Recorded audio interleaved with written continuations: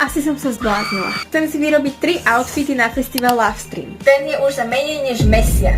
No mám hotový len prvý kúsok z prvého outfitu. Po dôkladnom pozretí tutoriálu na háčkovanú sukňu som usúdila easy. Top 10 príznakov, že ste delulu. Najprv si mám zmerať pás. Tu 103 mám Juicy S. Ježišmaria. Sľubujem, že budem háčkovať dovtedy, kým nespravím nejaký progres. Prosím, nesmejte sa. Ok, teraz je to grc. Zapojte predstavivosť. Ono sa to ešte takto stiahne. Je to priesvitné, ale je to festival, treba byť trošku tancovný. Tu bude teraz takto rozporok. A to pomôže tomu. Ja som sa už dlho necítila takto škareda. It's giving plienka proti inkontinencii. Opasok, ktorý vyhráte v oktagone. It's giving sumo.